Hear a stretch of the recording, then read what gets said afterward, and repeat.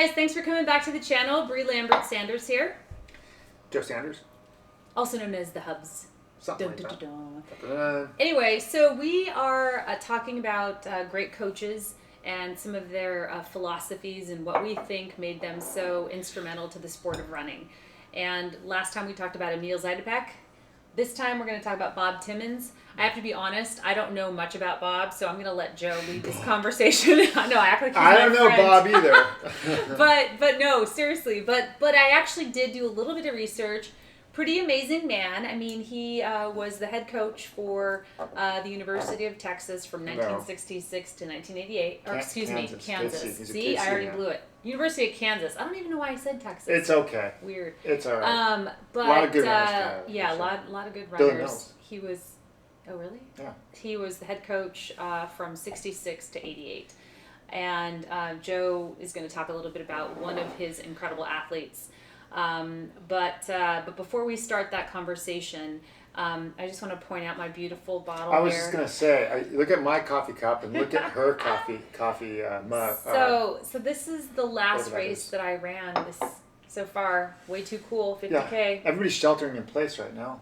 Yes, NorCal Ultras, Julie Fingar. This was my age group award for winning my age division. Don't shelter in place. Run in place. Oh. I'm not even gonna Anyways, that one. That's pretty awesome. So whatever. Okay, so you could do a Emil Zajdapek workout, just run in place. Yeah.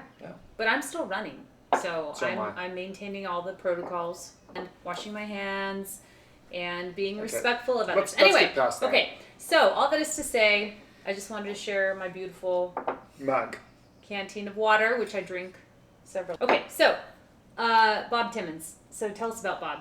Oh yeah. Why Good is old he Bob. amazing? Why is he an amazing coach, and who did he coach? Well, so he was a swimming coach first. Actually, you should go back to the fact that he was a military man, Marine. Right. He was a Marine. And with that area, you're talking about mental toughness, kind of like the Emil Zajdapek aspect of training the mind. So he would train his athletes. A lot of interval-based stuff, and would bring them through super rigorous workouts to train not just them physically but mentally. But so he did basically swim, because he was a swim coach. He did a lot of swim training interval stuff, and everybody knows that he trained Jim Ryun. Not everybody. Well, a lot of people. I didn't know. Anyways, so who is Jim Ryun? We'll talk about that in a minute. Go ahead. Who is Jim Ryun? So he would have his athletes do these crazy interval sessions, and in the course of these interval sessions, obviously, a lot of people got hurt or injured or burnt out, and but he believed that the cream of the crop would come to the top, so to speak, and and it did, in the form of Jim Ryun, who I think was his freshman year. He ran like a 4:26 mile, and then Bob Timmons pulled him. That was hardly any training, and pulled him aside and said, "Listen, you can break a 4-minute mile. You could be the first high school kid to break a 4-minute mile." And so Bob trained him. He put in between 100 and 110 mile weeks over the course of the winters. And how old was he? Oh, he was young. He was 16 years old. So to think that he was that young and he was putting in that kind of volume. A lot of flat. I mean, a lot of rolling flat country farmland. So he was running on soft surface. Right. But Jim Ryun also had the mentality. He was already a strong and mentally strong guy from the simple fact that he grew up on a farm, and he'd have to wake up early in the morning and do all these chores and stuff before he'd even start his training. But his typical training was kind of like he would get up early in the morning, take care of all the stuff he had to take care of on the farm, and then he would go out and do an easy 6-mile jog, and in the afternoon hook up with the team, and they would do intervals up the wazoo, just crazy workouts. Amazing athlete. Probably, I don't know. It's hard to compare athletes from different generations. But I got to think the fact that he ran 3:51, I think it was 3:51.1 for the mile, with the technology and everything they had then, what would he have done? And today is mind blowing. but Bob got a hold of him. so Bob trained him, and then Yeah. he became a sensation. Broke 4 minutes for the mile in high school. Had the national record for the mile for a long time until Webb broke it, not that long ago. But Webb had all modern conveniences and technologies and stuff. So Bob, that was just kind of in a nutshell what he would have him do. So he a lot of miles, but a lot of interval-based miles, and nothing really like breath holders and this type of stuff. It was No just trudging very through the snow. Yeah, no, Right, it was just very like if you're a swimmer, you get it. Like swimmers, they can do intervals all day long because it's a non-weight bearing sport. And it doesn't rip your body down the way that running does, the impact.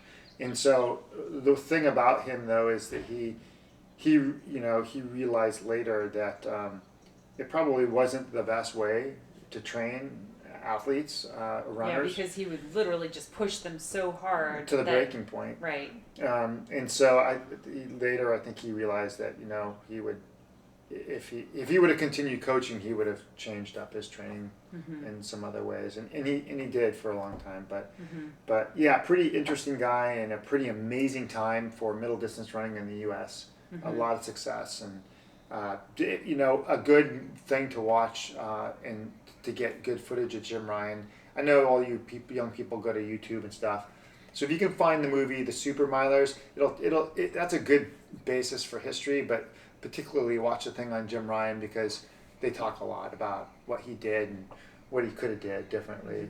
And he was, so Bob coached Jim, and Jim, I think he was physically different in terms of the kind of runner he was from somebody like an Emil Zajdapek, is what I understand. Yeah. Because he was very gangly and he was tall, and so to watch his running form compared to somebody like an Emil Zajdapek was pretty different, Emil right? Zajdapek Emil Zajdapek didn't train running form. His form was just wacky. It was crazy. It was all over the place. Matter of fact, when Emil would run, he would make faces, and people didn't know if he was hurting or not because he always made these faces. Yeah. So if you think about it, it was a great tactic, right? Oh, it looked like he would even start to breathe hard. Right.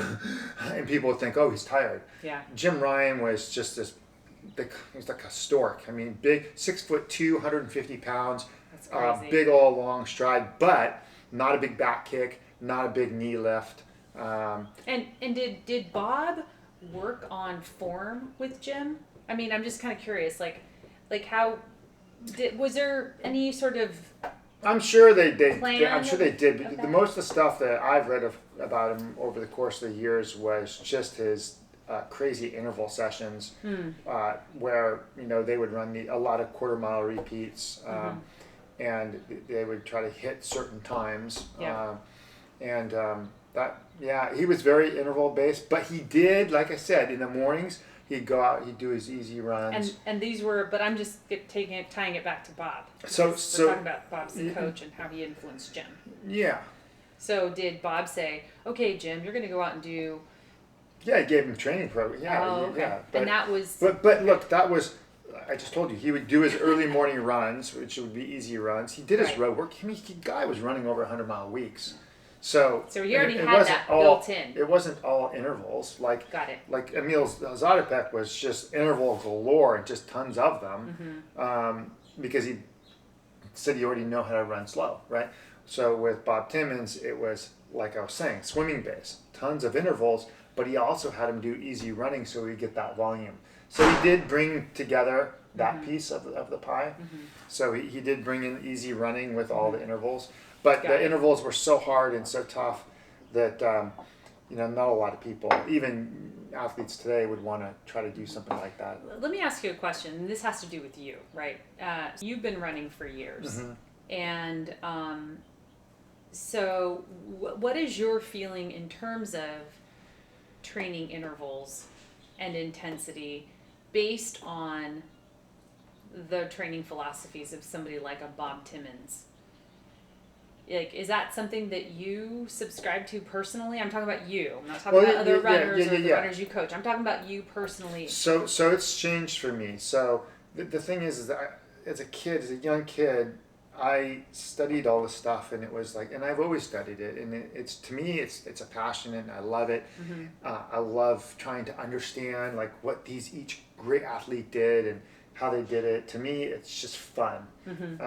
But for me personally, with my intervals, I started out when I was young because I was inspired to want to do what these athletes did, and I would break myself, basically, physically. So I started out doing, I would run as fast as I could all the time.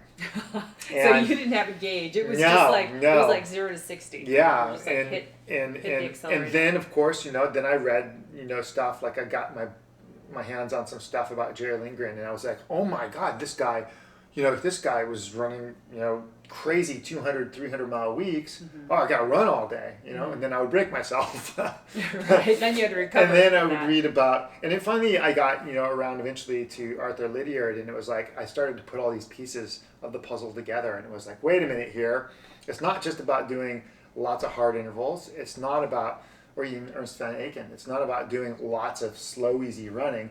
It's about building your aerobic threshold. Right. And it's about developing this leg speed that you need that's adequate for the event that you're running. Yeah. And it's about combining all these things and not letting your body physically break down. Exactly. By doing your strength work, by doing mobility work. Right. So it's just why you really have to weave these pieces together. It's complex. Yeah. It's layers of stuff, and it's layers over the course of months and years. Yes. And don't think this sport is about, Rocky Balboa, where you're going to work out for a little bit, you're going to be a super champion. It's not. It's years and years and years of layering. Yeah. And knowing how to layer. And that's a great way to put it. Young runners out there that don't understand all this stuff, they just go out. They're and just doomed. Push. Yeah. They're doomed from the beginning. And I think that's a good point, and that's why we see this shift happening, and especially like in my sport of ultra running. You've got the physical breakdown. Athletes coming into the sport from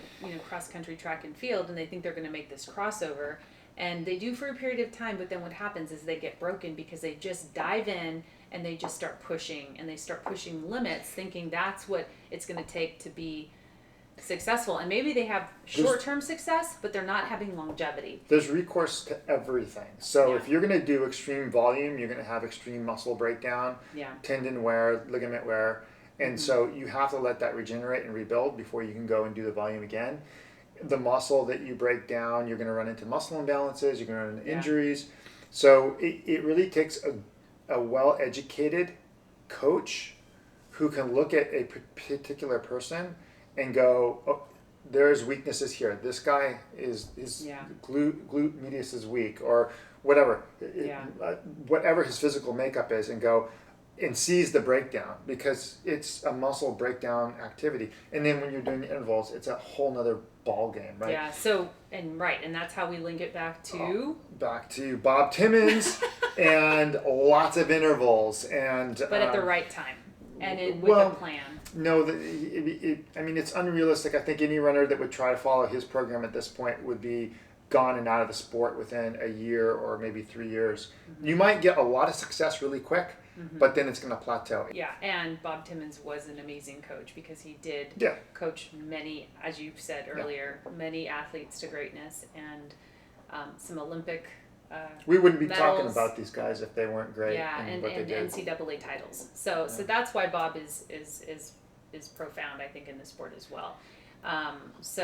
Good conversation. I like that. You gave us a lot of good meaty things to think about. So that's it, you guys. I know we sort of went off on a few different areas today, but I think that actually now, we in the first video we said we were talking about X amount of coaches, but we're going to throw another one in, which is a German coach, Ernst van Aken.